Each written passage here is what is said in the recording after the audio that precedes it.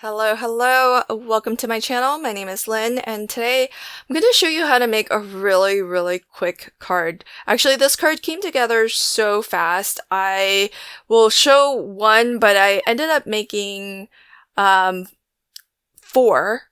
Two that I'll show you at the end of this video, and then two I will shoot a different or edit together a different video for. So stay tuned for that.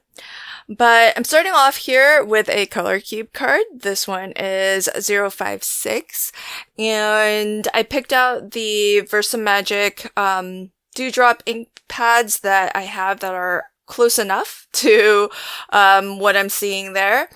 And the inspiration piece for this month's Oso Inspired Collaboration Hub is by Mindy Egan. She's a fabulous designer.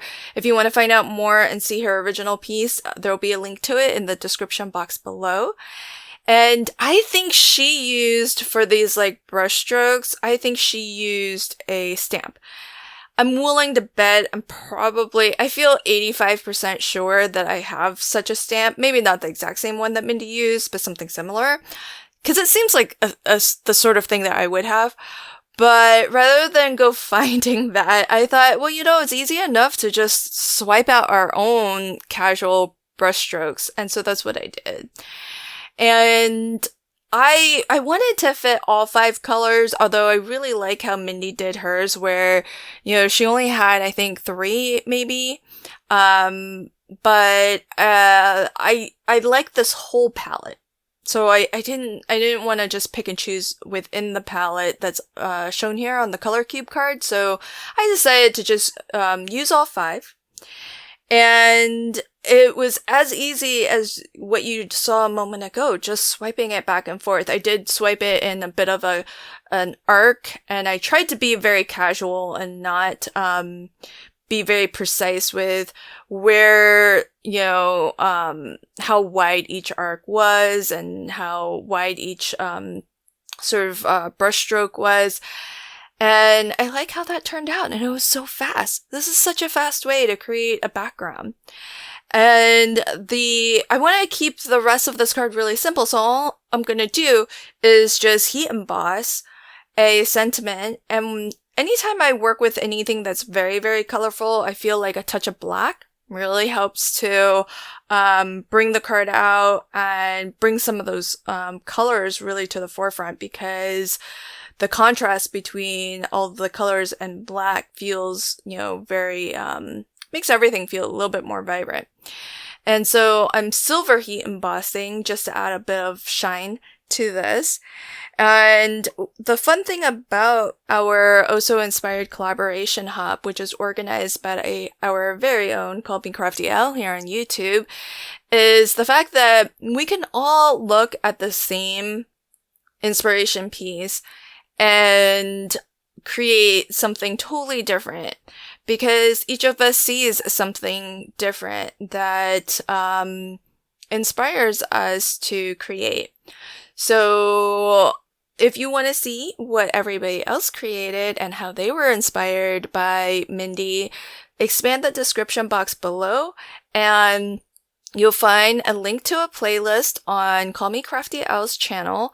There, on that playlist, you'll find all of the videos listed in one place. That way, you can keep track of which videos you've seen and which ones you haven't seen. You can even set it on autoplay so that when one video ends, the next one begins. And it'll be really fun just to see who did what, like who was inspired by what characteristics or what aspects of Mindy's card. I find that to be the most rewarding part about hopping. It's just a curiosity for me to see what everybody else did, and sometimes how different all of our cards can be, even though we're all kind of starting at the same place, namely Mindy's card. So what I have been doing recently is I've switched over to using the glue press. So this is relatively new to me. I know the precision glue press has been on the market for a pretty long time now, and I'm a little bit late to the party, but I found it on a sale, so that's what really tipped the scales, and I did finally get it. So far, I gotta say, I think I like it. It took a little bit of getting used to. I felt like as I was gluing, I felt kind of wobbly. So I think that's the thing over time. It'll be interesting to see. I haven't yet tried it, but can I use this big glue gun on maybe like a delicate, to apply glue on a delicate die cut where there's like a lot of really thin, cardstock? I think that'll be the test, because with my little glue bottles, you can really hold it, close to the tip, and I feel like you can get a lot of control with where the glue goes.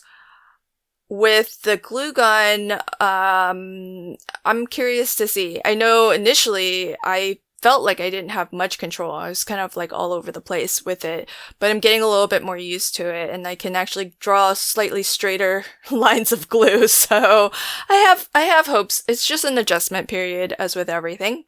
So here's a final look at actually the 2 cards now. I made this one on camera, and then I made this one off camera, because what I did was I actually pulled out 2 or 3 different color cube cards, and this was such a fast technique. If you need cards in a jiffy, try this whole kind of swiping of your ink pads. It's particularly with the dewdrop inks, I think because it has that tip, it really mimics the brush strokes really nicely. Let me know what you think in the comments below, and until next time, happy crafting and have a fabulous day. Bye.